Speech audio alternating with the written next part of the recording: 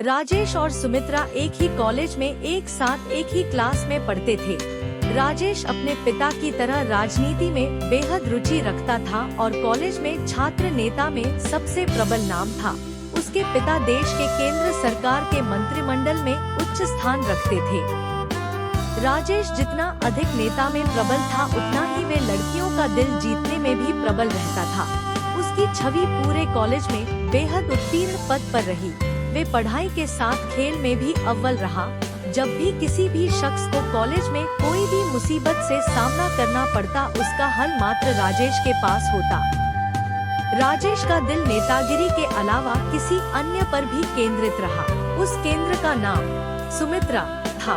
सुमित्रा बला की खूबसूरत थी। वे अंग्रेजी डिक्शनरी में ब्यूटीफुल शब्द का सबसे प्रमुख व्याख्यान करती थी। शर्मीले स्वभाव की बोली सी सूरत ओढ़े सुमित्रा प्रेम की एक अलग प्रस्तुति पेश करती थी जो बेहद प्यारी थी। सुमित्रा मन ही मन राजेश को चाहती थी, लेकिन वह कह नहीं पाती थी क्योंकि उसे यह डर था कि कहीं राजेश मना न कर दे। क्योंकि राजेश बेहद अमीर घर से ताल्लुक रखता था, तो वहीं सुमित्रा एक सामान्य परिवार की बेटी थी। एक दिन सुमित्रा कॉलेज से घर की ओर जा रही थी। रास्ते में उसे राजेश मिला। दोनों की नजरें एक दूसरे को देखने लगी, जैसे कई जन्मों की बात कर रहे हो। फिर कुछ मिनटों के बाद दोनों ने एक दूसरे से नजर हटाई और नीचे की ओर झुकाई। राजेश बाइक पर अलग दिशा निकल रहा था, तो वहीं सुमित्रा अलग दिशा। दोनों एक दूसरे से काफी दूर हो गए थे। तभी सुमित्रा को कुछ लोग छेड़ने लगे जो कॉलेज के ही थे। सुमित्रा काफी घबरा गई और वहां से तेज रफ्तार में दौड़ने लगी। राजेश को अचानक से सुमित्रा के पास कोई काम याद आ गया। वह मुड़ा और अपनी बाइक की तेजी से सुमित्रा की तरफ, लेकिन वह अचंभित रह गया जब देखा कि सुमित्रा वहां मौजूद नहीं थी। राजेश को वही लड़के दिखे। राजेश को उन्हें देखकर यह आभास हो गया था कि सुमित्रा के साथ कुछ हरकत कर रहे होंगे जरूर। वह वहीं रुका रहा और उन लड़कों से बात करके उन्हें सभी को भेज दिया।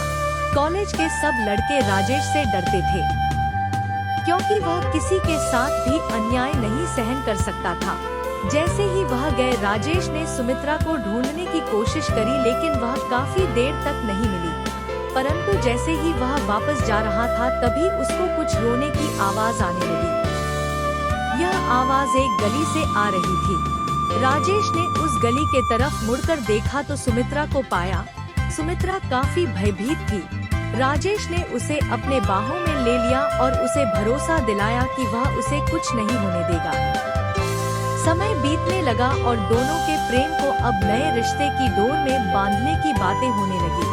सुमित्रा और राजेश दोनों का विवाह होना नक्की हुआ। सुमित्रा ने बताया वह अनाथ है, उसका कोई नहीं, वह अकेली रहती है घर पर। इस पर कईयों ने राजेश के घर से आपत्ति दर्ज करी, लेकिन राजेश का सुमित्रा के प्रति प्यार देखकर वह शादी कराने को राजी हो गए। उनकी जोर शोर में शादी संपन्न हुई। दोनों एक दूसरे में बेहद खुश थे। 3 अगस्त इस तारीख का प्लान बनाकर दोनों अपना हनीमून मनाने हिमाचल प्रदेश के शहर कसौली पहुँचे।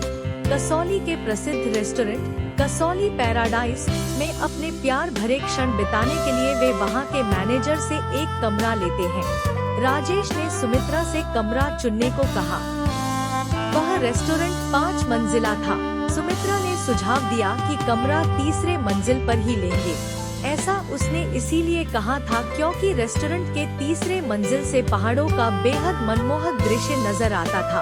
इसी कारण तीसरी मंजिल के कमरे महंगे भी होते थे और जल्दी फुल भी हो जाते थे। मैनेजर ने उन्हें 304 नंबर की चाबी दी और वेटर को बुलाया ताकि वह सामान लेकर जा सके। लेकिन सुमित्रा उस मैनेजर से जिद करते हुए कहने लगी कि उसे 308 नंबर की चाबी चाहिए। मैनेजर ने उन्हें मना किया और कहा कि वह कमरा अभी रेनोवेशन होना है। लेकिन सुमित्रा बार बार वही कमरा खुलवाने के लिए बोलती रही। राजेश भी सुमित्रा के प्यार में उसकी जिद को पूरी कराने के लिए मैनेजर से गुहार लगाई खुलवाने को। शुरू में तो मैनेजर नहीं माना, अंत में उसे भी मानना पड़ा, क्योंकि राजेश ने ज्यादा धन लाभ देने का वायदा किया था। दोनों कमरे में एक दूसरे को निहार रहे थे। साथ ही साथ पहाड़ों को भी, जो कसौली की खूबसूरती को बखूबी दर्शा रहे थे। जैसे ही दोनों एक दूसरे के प्यार में डूब रहे थे और सारी हदें पार करने की ओर बढ़ रहे थे, तभी एक अजीब सी आवाज ने दस्तक दी। राजेश ने पहले कमरे के हर एक कोने में देखा कि कहीं कोई खिड़की खुली न रह गई हो। वह उठा लेकिन खिड़की कोई भी नहीं खुली थी, पर फिर भी उसे किसी के चलने की आवाज पूरे कमरे में सुनाई दे रही थी। वह डर के मारे बेड पर मुड़कर देखने लगा, लेकिन वह देखकर अचंभित रह गया। वहाँ सुमित्रा मौजूद नहीं थी। वह डर की सीमा को लांघ चुका था। पूरे कमरे में वह अब सुमित्रा चिल्लाने लगा। कमरे के बाहर जाने की कोशिश करता, लेकिन कमरा मानो किसी ने बाहर से बंद कर दिया हो। यह पहली बार था कि राजेश डर के मारे रोने लगा हो। अचानक से उसे कमरे के बाथरूम से पानी चलने की आवाज आती है। वह दौड़ते हुए बाथरूम के तरफ पहुंचता है। जैसे ही वह उधर पहुंचता है, पानी की आवाज बंद हो जाती है। राजेश, जानू कहाँ ढूंढ रहे हो मुझे? आओ मेरे पास। सुमित्रा की आवाज। राजेश देखता है कि सुमित्रा बालकनी में खड़ी हुई होती है। जैसे ही राजेश डर के मारे उससे लिपटने के लिए बढ़ता है, सुमित्रा एकदम से गायब हो जाती है और राजेश पहाड़ से नीचे गिर जाता है। उसकी मौत हो जाती है। अगले दिन उसकी लाश पहाड़ से बरामद होती है। इंस्पेक्टर रणदीप सिंह को तहकीकात करने की जिम्मेदारी मिलती है। उस लाश के पोस्टमार्टम रिपोर्ट के मुताबिक राजेश मौत से पहले उसकी धड़कन काफी तेज चल रही होती है।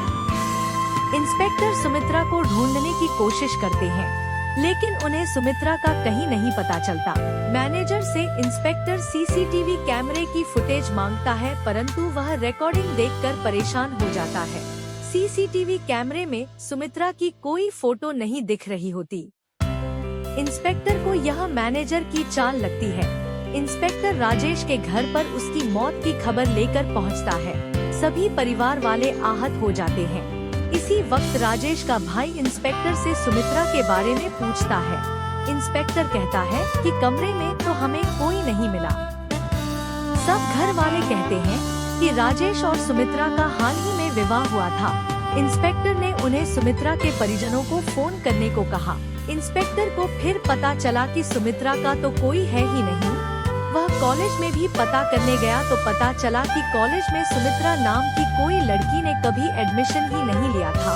वह वाकई में एक भूत थी।